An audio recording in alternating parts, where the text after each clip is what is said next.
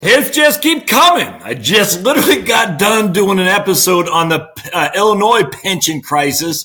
And lo and behold, I'm looking through instapundit.com, and he links us to this article about the Massachusetts pension tension. For the love of me, my friends, if you are 100% relying on a pension as your source of retirement income, and you're living in one of these states, I'm telling you, man, a Kentucky, Massachusetts pension, Kentucky, Massachusetts, New Jersey, Illinois, many other states. You gotta be thinking hard, because what can't continue on forever just can't.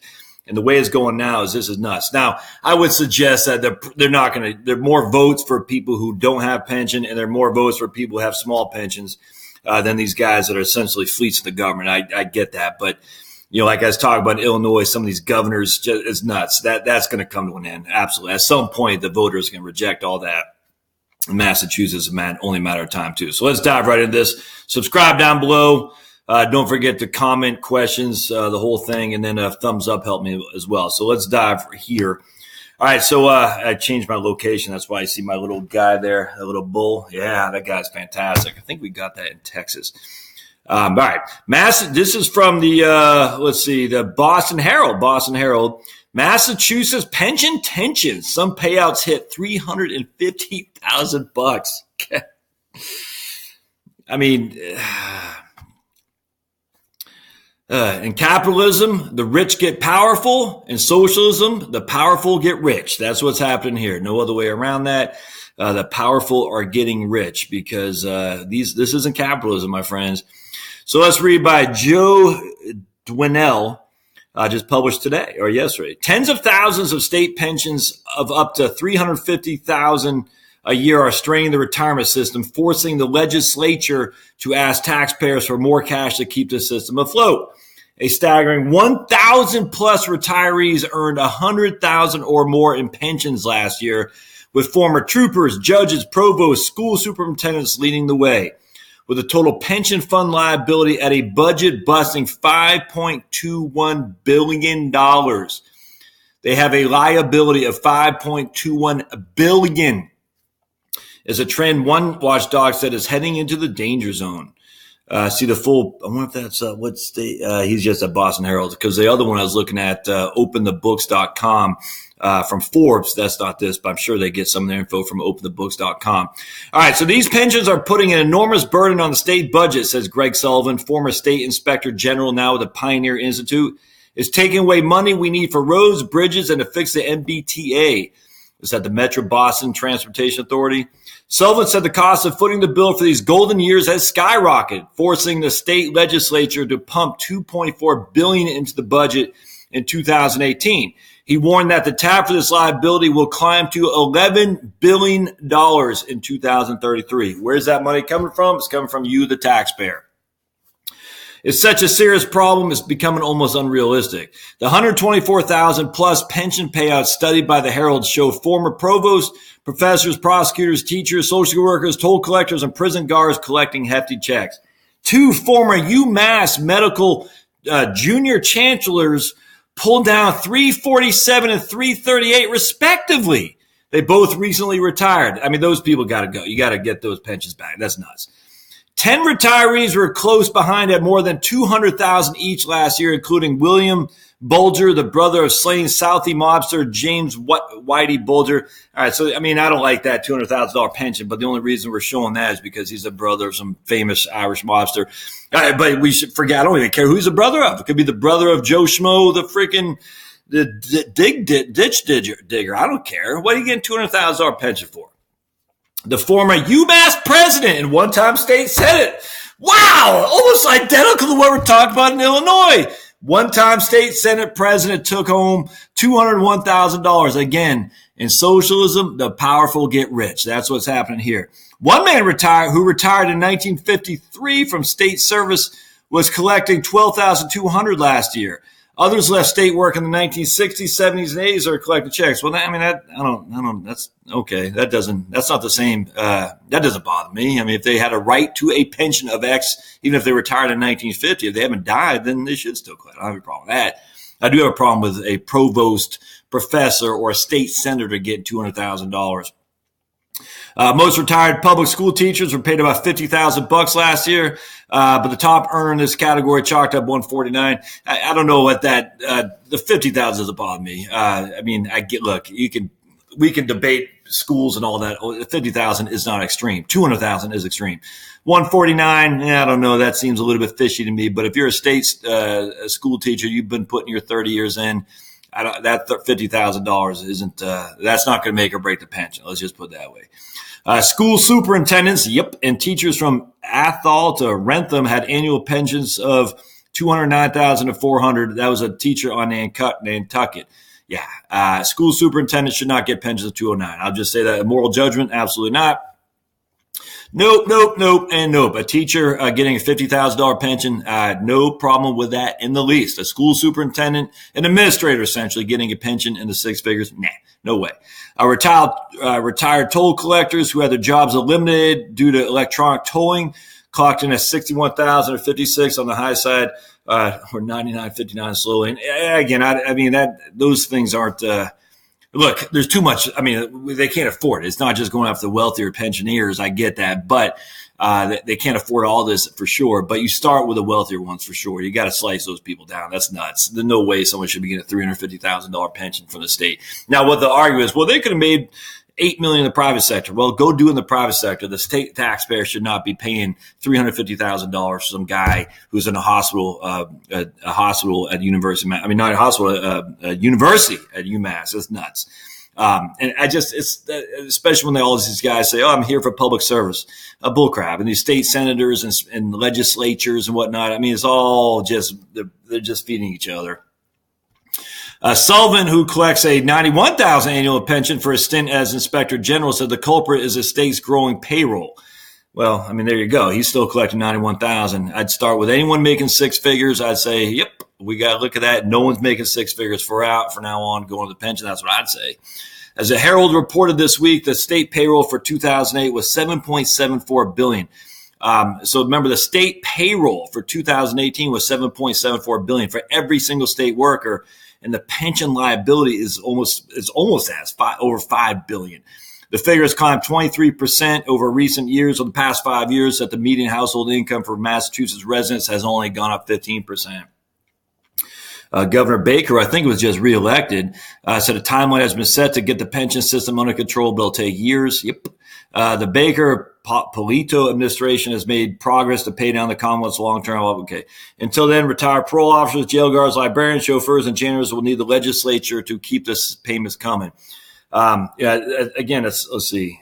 Some guy, Fred Valentine, cap it at the max that someone in the private sector can collect from Social Security at age 70.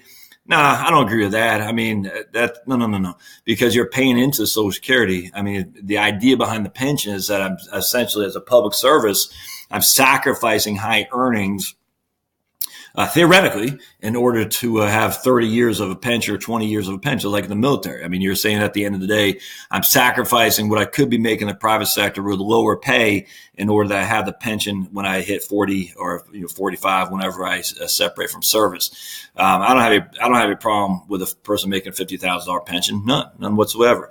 I would have a problem with that if they made it if they're making significantly higher than the average wage out there for sure. And now they're also on top of that getting a pension after 20 years. Well, we know what happens here. They get the high three. So they retire into their last highest pay. They get overtime. Everyone knows how this works. The last year they're getting all kinds of overtime so they could squeeze up their high. The last year, and high three is for the military, and each state's different, but a lot of times it'll be a state that 1 year they got a lot of overtime.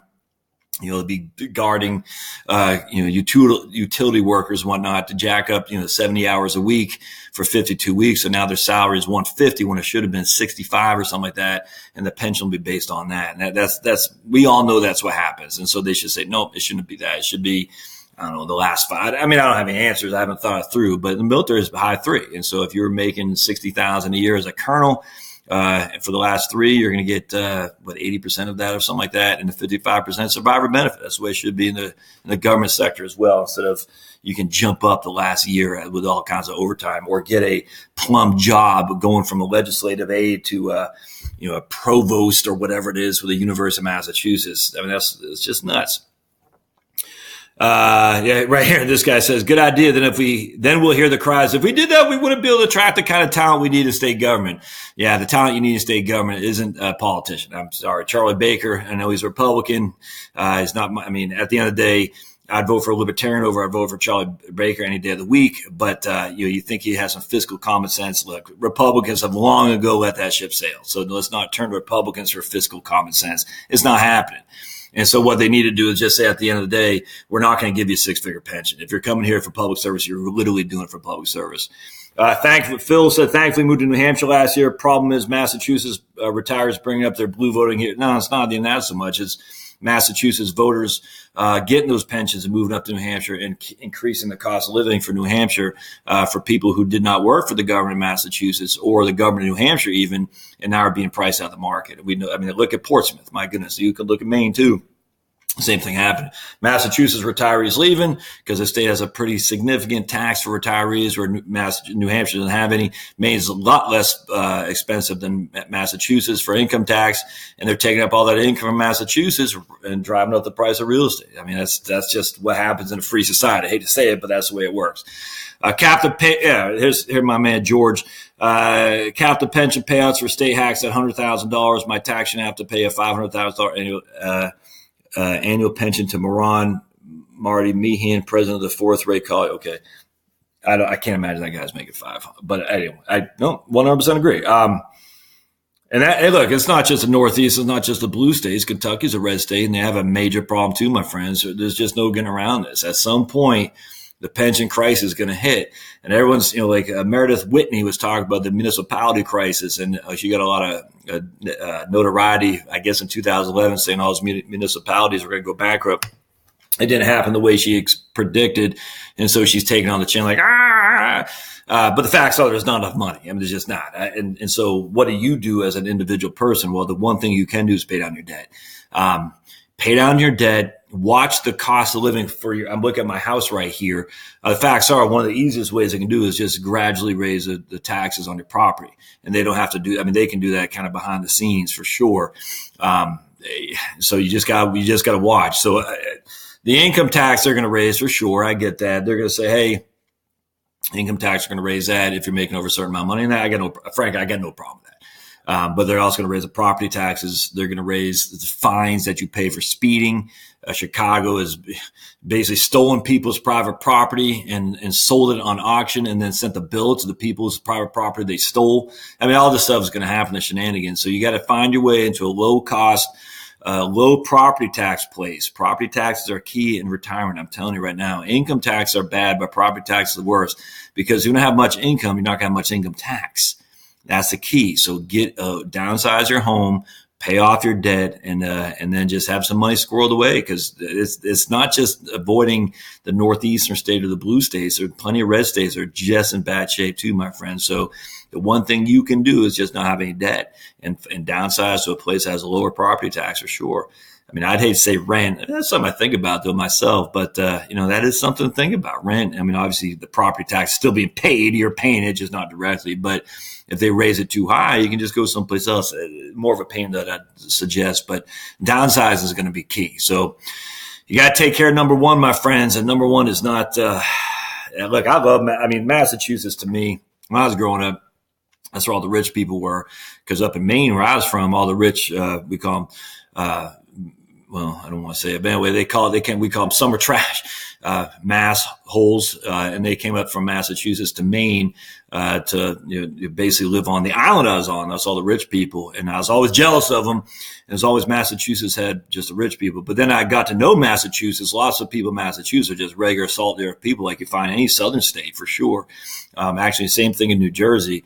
It's the people around Boston that are really driving up the price. And look, I got no problem with that. They can live how they want, but they're driving up the prices for everybody else in that northern New England area there. their interior with them from Boston up to Portland, Maine, because they have these fat pensions, but it can't go on. And I don't want you, just regular middle America, being left with a wet bag when these guys retire up to, living high on the hog. It's just, you got to do something. And the way you got to do is just pay down your expenses, limit your expenses as much as you can. All right.